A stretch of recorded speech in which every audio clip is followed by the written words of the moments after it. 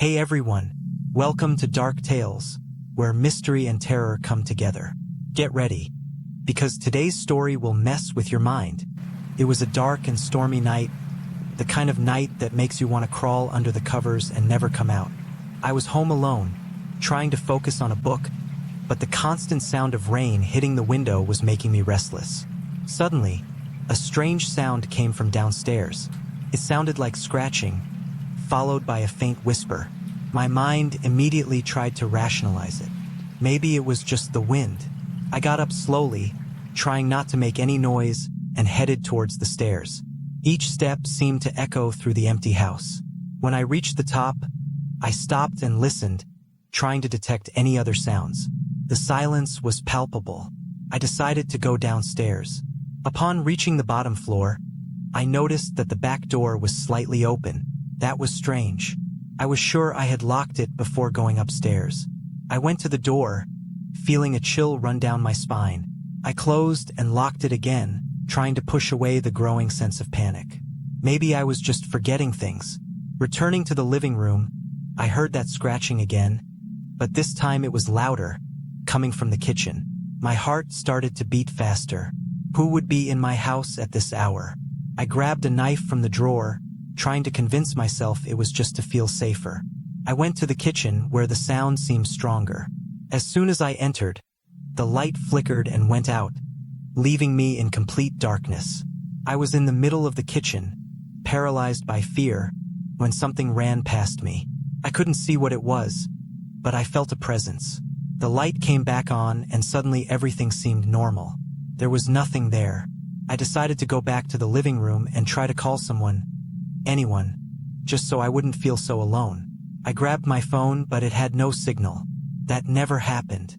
I sat on the couch, trying to think rationally, but the feeling of being watched was intense. I looked around, and that's when I saw it. In the darkest corner of the room, something was moving. It was a shadow, but it seemed to have a life of its own. It was slowly approaching, as if sliding across the floor. I couldn't move. The shadow stopped in front of me, and I could see it had eyes. Red, glowing eyes that seemed to look directly into my soul. I tried to scream, but no sound came out of my mouth. The shadow began to whisper, a cold, cutting voice that echoed in my mind. It spoke of secrets, of ancient and forgotten things, of horrors that shouldn't exist. Each word seemed to drain my energy, and I felt like I was going to faint. The shadow came closer, and I could feel an intense cold, as if all joy and warmth had been sucked out of the environment. Suddenly, a ray of light invaded the room, and the shadow recoiled, disappearing into the darkness. I looked at the window and saw that the sun was beginning to rise. The rain had stopped, and the ensuing silence was almost deafening. I felt immediate relief, but I knew it wasn't over. Since that night, I have never felt safe at home. The shadow may have gone, but the feeling of being watched has never left me.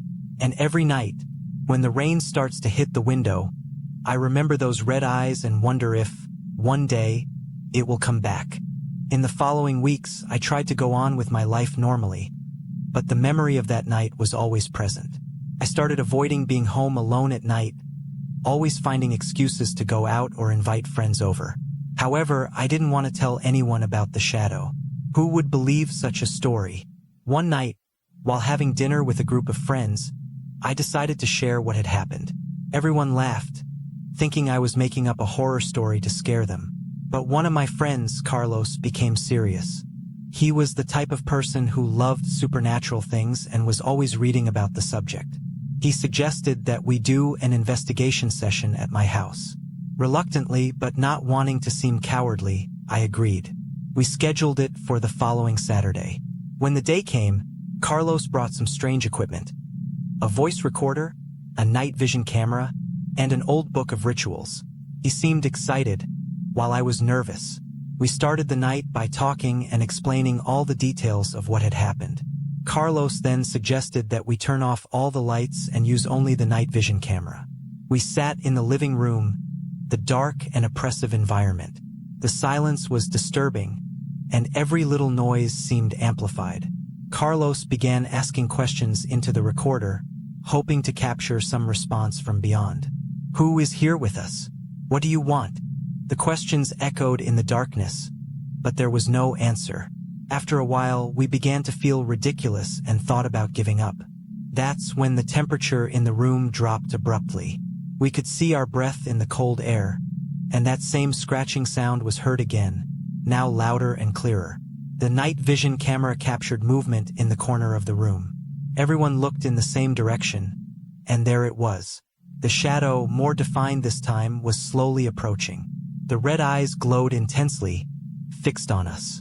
Carlos, still holding the recorder, whispered for us to stay calm and keep watching. The shadow stopped in the center of the room, and we could feel the tension in the air. Suddenly, it began to whisper again, and this time, everyone could hear it. You shouldn't be here. Go away. The voice was icy, and a sense of despair overcame us. One of my friends, unable to take it anymore, screamed and ran out of the house. Carlos, trying to stay calm, opened the book of rituals and began reciting something in Latin.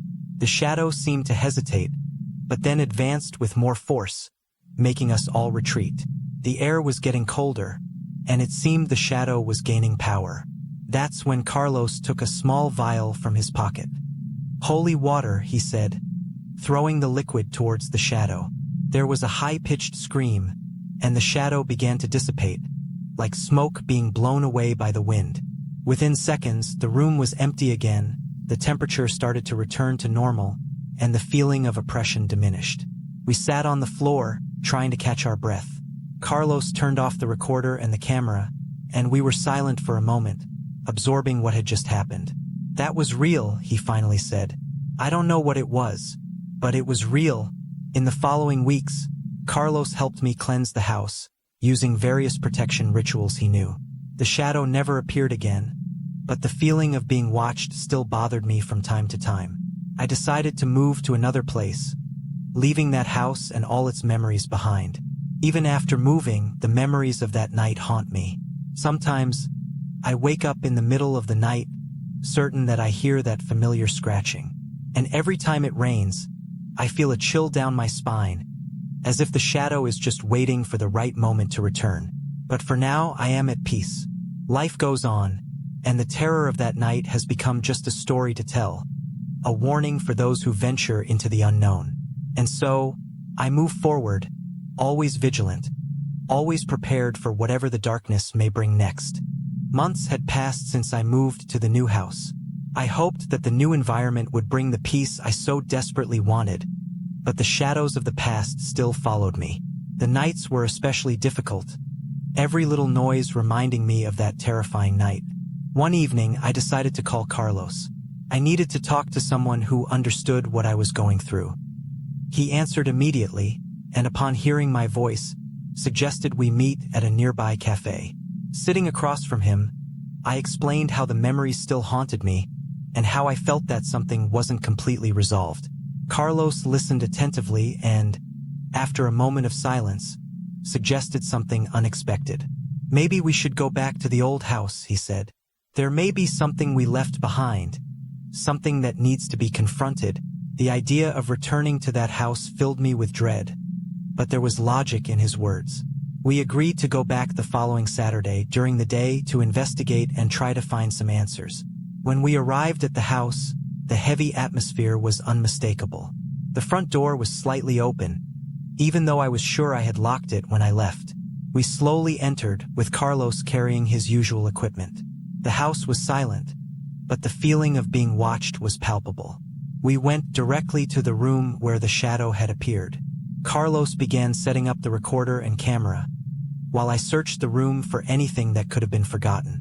That's when I saw an old mirror in the corner of the room, covered with a dusty sheet. When I removed the sheet, an intense chill ran through my body. The mirror was antique, with a golden frame, and its surface was covered with dark stains. Carlos approached, and upon looking into the mirror, his expression changed. This mirror, it could be the source of the presence, he said. Carlos began reciting a prayer, spraying holy water on the mirror. As he did so, the environment around us seemed to vibrate, and a deafening scream echoed through the house. The mirror began to crack, as if under immense pressure. Suddenly, it shattered into 1,000 pieces, scattering fragments throughout the room. With the mirror destroyed, the feeling of oppression decreased significantly. Carlos explained that old objects can sometimes be portals for negative energies, and that destroying the mirror had likely sealed the presence that had been tormenting us. We left the house feeling an immediate sense of relief. We knew this was the last time we would have to deal with that shadow. The feeling of peace slowly began to return, and over time, the memories of that terrifying night started to fade. I returned to my new house, now certain that the shadow would never come back. The nights became quieter, and I finally began to regain normalcy. The experience left its marks, but it also taught me the value of friendship and the importance of facing our fears. Carlos and I remained friends, and though we rarely spoke of that night, we both knew we had faced something beyond comprehension. And so, I moved forward with my life, always vigilant but finally at peace, ready for any challenges the future may bring. So, what did you think? Leave your thoughts in the comments and don't forget to subscribe. See you in the next mystery. If you dare,